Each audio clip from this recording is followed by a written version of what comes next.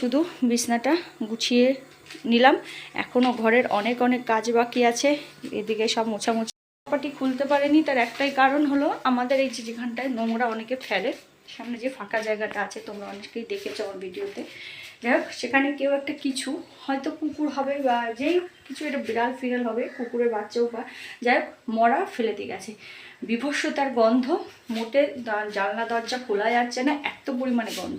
মানুষ যে কীরকম, সত্যি কথা বলতে, আরে মানুষ তো সামনে থাকে, এরকম ফ্ল্যাট আছে, আশেপাশে এত বাড়ি আছে, এরকম ফেলে দিয়ে গেলে সে যে গন্ধ টেকা যায় না, এটা মানুষ বুঝতে পারে। তার বাড়ির সামনে যদি নিয়ে গিয়ে ফেলে দেওয়া হতো তাহলে কীরকম হতো। এবার কে ফেলেছে না ফেলেছে সেটা তো আমরা দেখতে পাইনি, তো কি বলবো। চলো রান্নাবান্না বসাই, ঘরে কাজকর্ম করি, তারপর আবার পরে তোমাদের সাথে কথা হচ্ছে। প্রথমে আসলাম ড্রেসিং টেবিল গুছাতে। আর ড্রেসিং টেবিলটার পর একদম পাতানো থাকে, মানে রোজ যদি গুছায় রোজই পাতানো থাকে। তোমাদের দাদার জ্বালা, ও এখানেটা ওইখানে, ওইখানেটা ওইখানে করে রাখবে। তারপরে ড্রেসিং টেবিল সুন্দর করে গুছিয়ে নিলাম, দিয়ে খাটের স্ট্যান্ডগুলো মুছে নিলাম, টিভি মুছলাম, মুছে এখন ঘর দুয়ারটা ঝাড় দেবো। অনেক দিন ধরেই ভাবছি ঘরে ঝুল হচ্ছে একটু ঝাড়বো, কিন্তু সময় করে উঠতে পারছি না একদমই। দেখি কবে সময় পাই কি না পাই। প্রচণ্ড ধুলো হচ্ছে, খাটের তলাটাও ঢুকতে হবে, ঢুকে সব বের করে সুন্দর করে পরিষ্কার করতে হবে। তো চলো ঘর দোরগুলো ঝাড় দিয়ে তারপরে যাবো রান্নাঘরে।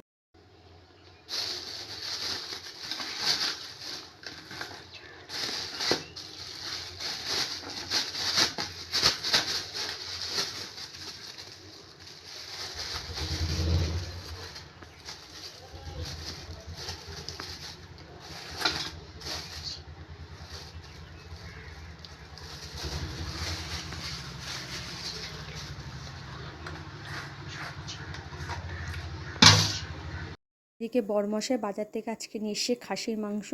আগের দিন রাতের বেলায় বলেছিল যে কালকে একটু খাসির মাংস নিয়ে আসবো, তো আমিও একটু খেতে ভালোবাসি আর কি, মুরগির মাংস থেকে আমার খাসির মাংসটাই বেশি ভালো লাগে।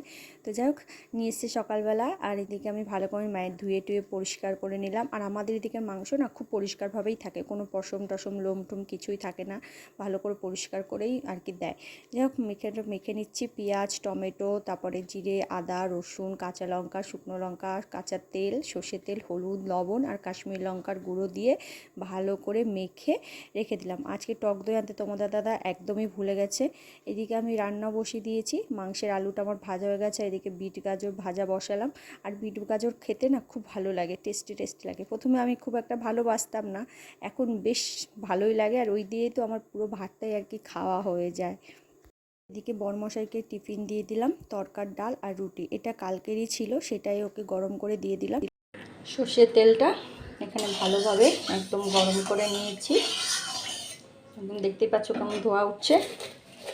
একদম প্রথমে একটু ভিতর চিনি দিয়ে দেবো, দিয়ে চিনিটা আস্তে আস্তে নাড়ানাড় করবো যাতে চিনিটা ক্যারামেল হয়ে যায়, তাতে তেলের কালারটা একটু কালচে চলে আসবে আর মাংসের কালারটাও দেখতে সুন্দর লাগবে। আর দিয়ে দেবো দুটো ফাটানো তেজপাতা আর শুকনো লঙ্কা, একটু নাড়াচাড়া করে নিয়ে ফোড়নটা ভাজা হয়ে গেলে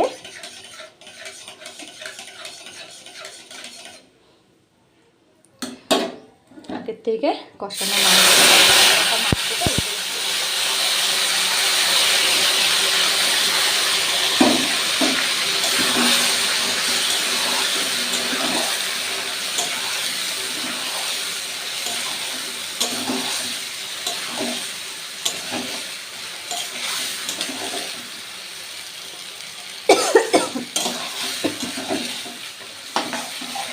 আর এর ভিতর কিছু দেওয়ার দরকার নেই, সব কিছু দিয়েই তো ম্যারিনেশন করে রেখেছিলাম।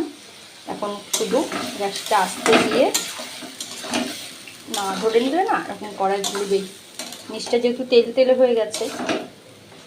এবার ভালো করে এটাকে আস্তে আস্তে বেশ খানিকক্ষণ ধরে কষাতে লাগবে।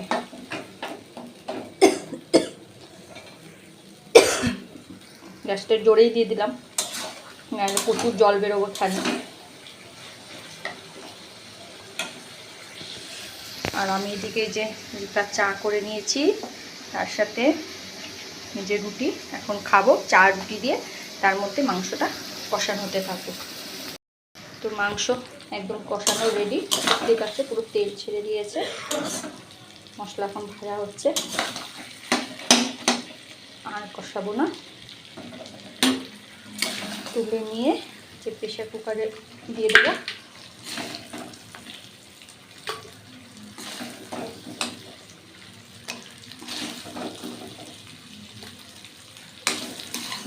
ফাইনালি মাংসটা আমার হয়ে গেছে, প্রেশার কুকারের ভিতরে 6খানা সিটি দিয়ে নিয়েছি, আলু টালু দিয়ে। এখন একটু লবণটা চেক করে নেব। আর কীরকম হয়েছে কালারটা অবশ্যই তোমরা জানিও।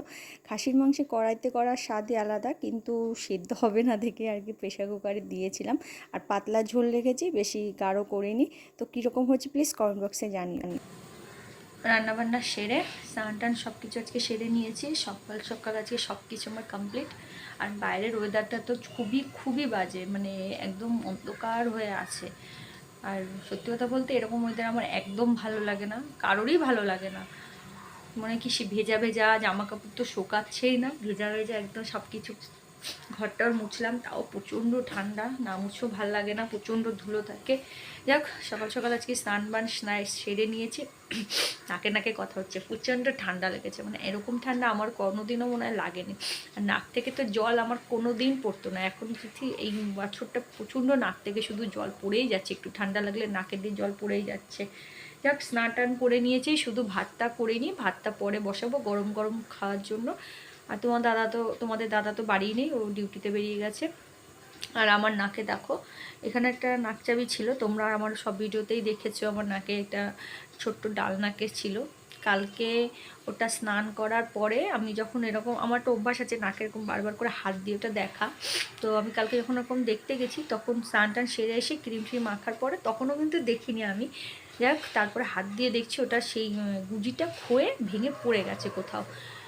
সত্যি কথা বলছি, স্নান করেছি, ফেস ওয়াশ দিয়ে মুখ টুক ধুয়েছি, গামছা দিয়ে মুছেছি, তাও কিন্তু আমার নাকের তারটা যে পড়ে, নাকচাবিটা যে পড়ে যায়নি, এটাই অনেক। ওটা আমার অনেক আগেকার দিনের নাকচাবি, মানে আজ থেকে ধরো 10, তারও বেশি, 10 বছর তো এমনি 10 বছরের বেশি। ধর আমি বলছি তোমাদেরকে, যখন আমি ক্লাস 6-এ পড়ি তখন আমার নাক ফোটানো হয়েছে, তখনও সেই নাক চাবি, ওটা আমার ডাল নাকের। ওটা আমাকে আমার ঠাকুরদাদা দিয়েছিলেন, মানে উনি আজকে আর নেই, আজ থেকে 10 বছর আগে মারা গেছেন উনি প্রথম আমাকে ওই নাকচাবিটা বানিয়ে দিয়েছিল। তো ওই নাকচাবিটা আমি খুবই যত্ন সহকারে রেখেছিলাম।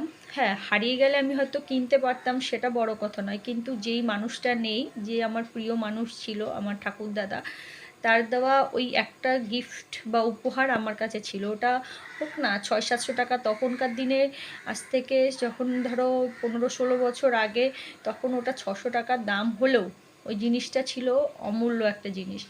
তার কাছ থেকে পাওয়া আমার একটা উপহার। যাই হোক, সেই নাকচাবিটা কালকে হঠাৎ করে দেখছি এরকম গুজিটা ক্ষয়ে গেছে, তারপরে আমি খুলে রেখে দিলাম। আর সত্যি কথা বলতে নাকচাবি খুলে রাখে না, মুখটা খুবই বাজে লাগে দেখতে। কখনও নাকচাবি ওইভাবে খুলে আমি রাখিনি, এই ফার্স্ট টাইম মনে হচ্ছে খুলে রেখে দিয়েছি। যাক, তোমাদের দাদা কখন ঠিক করে এনে দেবে না দেবে, আমি তো সেরকমভাবে এখানের বাজারঘাটে একা বেরোই না, তো তার জন্য ঠিক করে আনতেও পারবো না। ও যখন সময় পাবে তখনই আর কি ঠিক করে এনে দিলে আমি পড়তে পারবো। গুজিটা মানে অর্ধেকটা গুজি ওর ভেতরে ভেঙে ঢুকে রয়েছে, ওটাকে বের করে তারপরে গুজি সেট করতে হবে। যাই হোক, ওটা আমাকে ঠাকুরদাদা দিয়েছিলেন, তিনি 10 বছর আগে মারা গেছেন। যাই হোক, তার দেওয়া ওই একটা উপহারই আমার কাছে অনেক দামি, এর জন্য আমি ওটা যত্ন সহকারে রেখে দিয়েছি। আর ওটা হারিয়ে গেলে যে কতটা কষ্ট পেতাম, কতটা, আমি যে হারিয়ে যায়নি তার জন্য ঈশ্বরকে অনেক ধন্যবাদ যে ওটা আমার হারিয়ে যায়নি। কেনার ক্ষমতা সবার থাকলেও এমন এমন জিনিস আছে না, যেটা হারিয়ে যাওয়ার পরে মনের মানসিকতা, মন সব কিছু ভেঙে যায়। সেটা 2 টাকার জিনিস হোক বা 2 লাখ টাকার জিনিস হোক না কেন, সেরকমই ব্যাপার। ওটা আমার কাছে 2 লাখ টাকারও সমান। তো যাই হোক, এখন বসে আছি, আর কি করব। তো কবে ঠিক করে আনবে না আনবে সেই দিন পড়তে পারবো আবার নাকচাবিটা। আর ওটা ছাড়া আমার সত্যি কথা বলতে আর কোনো নাকচাবি সেরকম ভালোও লাগে না। অনেকবার অনেক রকম নাকচাবি বানিয়েছি, কিন্তু আমার মুখে সেরকমভাবে কোনো নাকচাবি ভালো লাগে না। আমার ওই ডাল নাকের পড়তে পড়তে এমন একটা অভ্যাস হয়ে গেছে না, ওই ছোট্ট ডাল নাকের পড়তেই ভালো লাগে। তো চলো, এখন বসে বসে একটু নিজের মতন করে সময় কাটাবো, তারপরে আর কি পরে 1টা-2টো বাজলে ভাত বসাবো। এটা হচ্ছে আরও 2 দিনকার পরের ভিডিও, মানে বৃহস্পতিবারের ভিডিও দিয়েছি, শুক্রবার গ্যাপ দিয়েছি, শনিবার দিন সকালবেলা শ্বশুরবাড়ি থেকে আবার এটা ভিডিওটা করছি। ভিডিওটা আর কমপ্লিট করতে পারিনি বলে ভাবলাম এর সাথে একসাথেই জুড়ে দিয়ে ভিডিওটা করি। এই যে এইটা দেখছো পুচকে একটা মেয়ে, এটা আমার কিন্তু নাতনি হয়, জানো, আমি কিন্তু ঠাকুমা হয়ে গেছি। যাই হোক, আজকে সকালবেলা মানে শনিবার দিন সকালবেলা যাচ্ছি ঘুরতে বরের সাথে। বর কালকে রাত্রিবেলা বলেছিল ঘুরতে নিয়ে যাবে, তার জন্য মা যাবে তাই বলছে।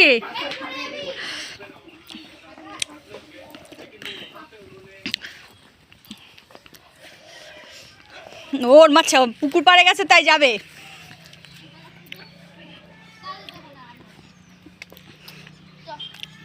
ছেড়ে দি, চলে আসো। মা আসছি,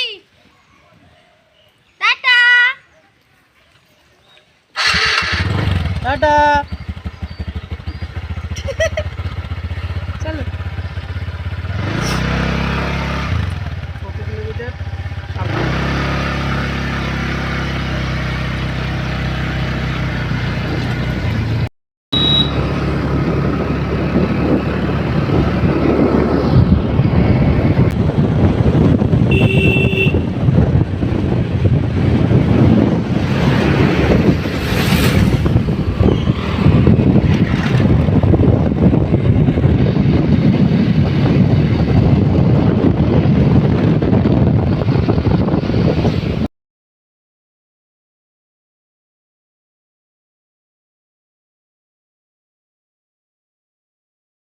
চলে এসেছি। এই যে দেখতেই পাচ্ছ এখানে লেখা আছে টাকি। হ্যাঁ, টাকিতে ঘুরতে এসেছি আমরা, আমি, মেয়ে আর তোমাদের দাদাভাই, তিনজনে মিলে এসেছি আর কি। শুক্রবার দিন যখন বাড়ি থেকে শ্বশুরবাড়িতে যাচ্ছিলাম তখনই তোমাদের দাদাভাই বললো যে কাল আমরা টাকি ঘুরতে যাবে, তাই টাকি ঘুরতে আসলাম। তো ফাইনালি আমরা এখন মিনি টাকিতে, মিনি সুন্দরবনে চলে এসেছি। তো হাঁটতে হাঁটতে এখন ওখানে কিছু করা যাবে না। ওর জন্য তো আগের দিয়েই করছি, তো সামনে গেলে ভিডিও করা যাবে না দেখেই আগের থেকেই শুরু করলাম। এখান থেকে সব ডকুমেন্টস জমা দিয়ে তারপরে আমাদেরকে ভেতর যেতে হবে। তো চলো যাই, ভেতরে গিয়ে তোমাদের সাথে আবার দেখা হবে। 450 টাকা।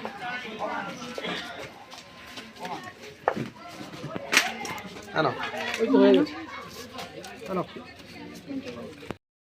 তো আমাদের ওখানে ডকুমেন্টস জমা নিল, তোমাদের দাদার আধার কার্ড ডকুমেন্ট জমা নিয়ে ফোন নাম্বার নিয়ে তিনজনকে ঢুকতে দিল। তো এখান থেকে অটো ভাড়া করে একজন মাথা পিছু 10 টাকা করে ভাড়া করে নিয়ে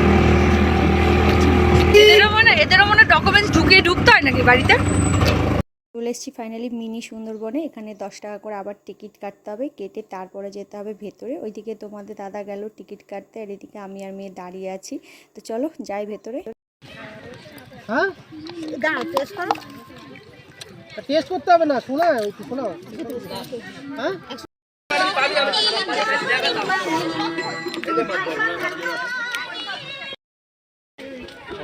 তো ফাইনালি পৌঁছে গেছি মিনি সুন্দরবন।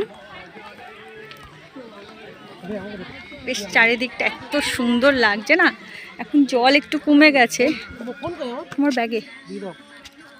চারিদিকটা সত্যি খুব সুন্দর, একদম একটা পরিবেশ, দারুণ দারুণ জায়গা। এগুলোতে পুরো নিচে এখানটাও জল থাকে, বর্ষাকালে এদিকে জল আসে দেখে বোঝা যাচ্ছে, কিন্তু এখন একদমই জল নেই, শুকনো, যেহেতু শীতকাল তার জন্য।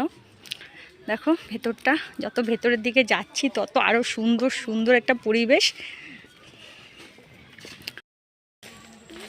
এই হচ্ছে গেরুয়া গাছ।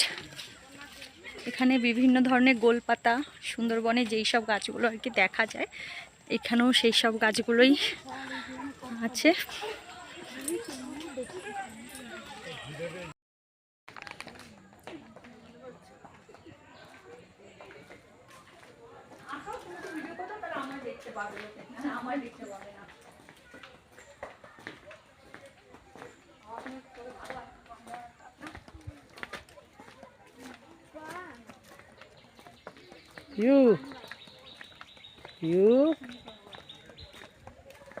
গাছগুলো দেখো, এই যে বান গাছ,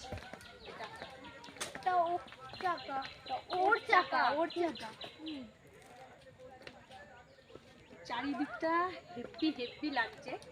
এখানে যদি পাখিদের ইসে থাকতো তাহলে আরো বেশি সুন্দর লাগতো। খুবই সুন্দর পরিবেশ। আর নিচে একটু পরেই মানে 4টে সাড়ে 4টে বাজলে জোয়ার আসবে, তখনই জলাকার হয়ে যাবে। এখন বোঝা যাচ্ছে যে ভেজা মাটি, কিন্তু জল নেই। তো চলো যাই নদীর পাড়ে, তোমাদের তারপরে নদীটা দেখাচ্ছি। তো ওই যে নদীর ওপাশে দেখা যাচ্ছে বাংলাদেশ, আর এই পাশে মানে টাকি। যাই হোক, আর এত সুন্দর একটা পরিবেশ, এত সুন্দর ভালো লাগছিল কি বলবো, দারুণ লাগছিল। তো এখন আমরা যাচ্ছি হচ্ছে ওয়াচ টাওয়ারের দিকে, যেখানটা দাঁড়িয়ে পুরো জঙ্গলটাকে একদম দেখা যাবে।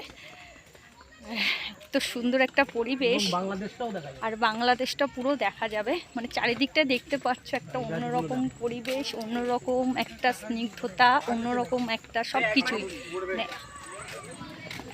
মানে চারিদিকটা এতটাই সুন্দর, এতটাই মুগ্ধকর একটা পরিবেশ, ভাবনা চিন্তার বাইরে। তো মানে সুন্দরবনে যেরকম সব কিছু সেরকমই আছে, গরান গাছ, কালো বাইন, তোমরা দেখতেই পাচ্ছ যে আমার পেছনে লেখা যেটা ওর চাকা কুদ গাছের নাম। তো সুন্দরবনে যেই সব গাছ থাকে ম্যাক্সিমাম গাছই এখানেই আছে, মানে এত সুন্দর লাগছে। তো চলো ওয়াচ টাওয়ারে যাই, ওখান থেকে পুরো জঙ্গলটা তোমাদেরকেও ঘুরে দেখাবো।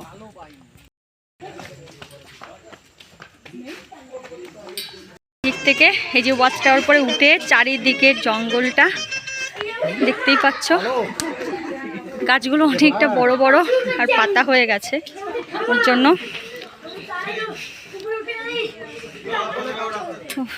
যে ধরবে না তখন।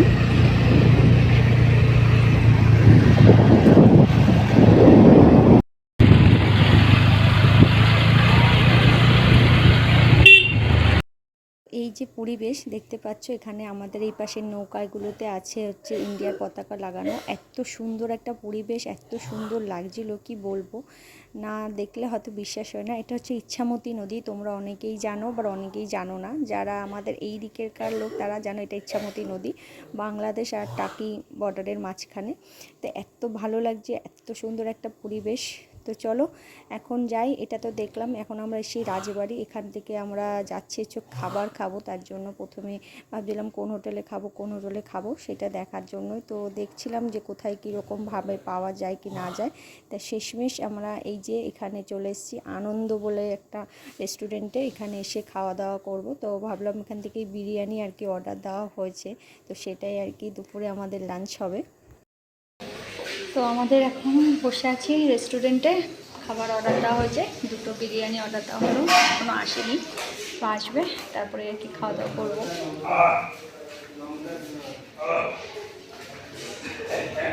এটার নাম হচ্ছে, রেস্টুরেন্টের নাম হচ্ছে আনন্দ ক্যাফে অ্যান্ড রেস্টুরেন্ট। বিরিয়ানি কটা? সুন্দর চেয়ারটিতে সাজানো আছে, 4 সিট আছে, 6 সিটও আছে। তো চলো খাবার দাবারটা আসুন, একটু বসে ওয়েট করতে হবে, ওয়েট করি। ফাইনালি চলে এসছে বিরিয়ানি, এই যে দেখো, সেরকম কিন্তু খুব একটা ভালো ছিল না, টেস্টিও ছিল না, আর কনসেন্টটা তো খুবই কম ছিল, মানে একজনেরই ঠিক মতন পেট ভরে না। খাওয়া দাওয়া করে বেরোলাম, এখন যাবো হচ্ছে ইকো পার্কের দিকে, সামনে একটা মোহনার পাশে ইকো পার্ক আছে, যেখান থেকে খেলাম সেই হোটেলের দাদা বললো তো যাই সেই জায়গাটাতে একটু ঘুরে আসি, দেখি কীরকম জায়গা, কীরকম।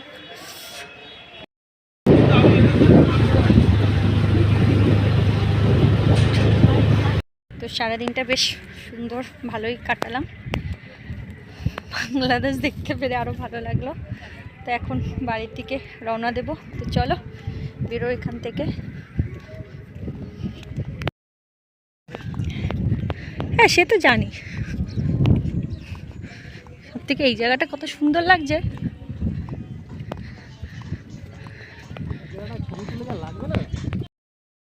বাড়ি ফেরার পথে আবার একটু চার্চ দেখতেও ঢুকলাম। এটা হচ্ছে মধ্যমপুর, তোমরা যারা জানো, আমি সঠিক বললাম কি না প্লিজ তার জন্যই করো, আমি জানি না জায়গাটার নাম সঠিক কি আছে। তো চার্চটা এত সুন্দর, চার্চ প্লাস স্কুল মানে দুটো একসাথেই আর কি। তো এই যে চার্চটা বন্ধ হয়ে গেছে, তার জন্য ভেতরে আর কি ঢুকতে পারিনি, তো বাইরে থেকে আর কি সুন্দরভাবে একটু দেখে নিলাম, ঘুরলাম। এত সুন্দর জায়গা আর এত পরিবেশটা এত সুন্দর পুরো রাস্তার পাশে।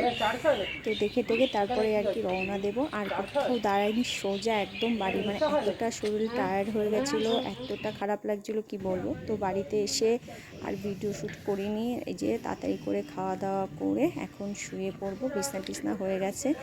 তো চলো আজকের মতন ভিডিওটা এখানে শেষ করছি। সবাই কেমন লাগলো অবশ্যই জানিও। টাটা সবাইকে, গুড নাইট।